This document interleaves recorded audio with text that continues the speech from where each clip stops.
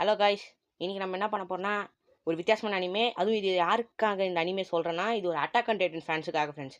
இது பார்த்தீங்கன்னா attack on Titan மாதிரியே இருக்கிற ஒரு anime friends. Attack on Titan வந்துன்னா டைட்டன்ஸ் இருக்கும், இதில் அப்படியே கபானேன்னு ஒன்று இருக்கும் ஃப்ரெண்ட்ஸ். ஹீரோவும் ஹீரோயினும் பார்த்தீங்கன்னா கபானாவும் இல்லாத மனுஷனாகவும் இல்லாத ரெண்டுத்துக்கு நடுவில் இருப்பாங்க ஃப்ரெண்ட்ஸ். அது பேர் தான் கபானரி. ஸோ தட்ஸ் வை இந்த அனிமே கொஞ்சம் நல்லாவே இருக்கும், கொஞ்சம் சூப்பராகவே இருக்கும் ஃப்ரெண்ட்ஸ். இதில் ஹீரோ பேர் பார்த்தீங்கன்னா இக்கோமா, ஹீரோயின் பேர் பார்த்தீங்கன்னா முமோய்.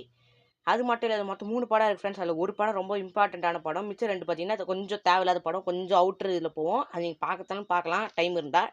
அந்த ஃபஸ்ட்டு இந்த அனிமே பேர் சொல்லிடுறேன் ஃப்ரெண்ட்ஸ். அனிமே பேர் பார்த்தீங்கன்னா Kabaneri of the Iron Fortress. அந்த படம் பேர் பார்த்தீங்கன்னா Kabaneri of the Iron Fortress Battle on யுனாட்டோ.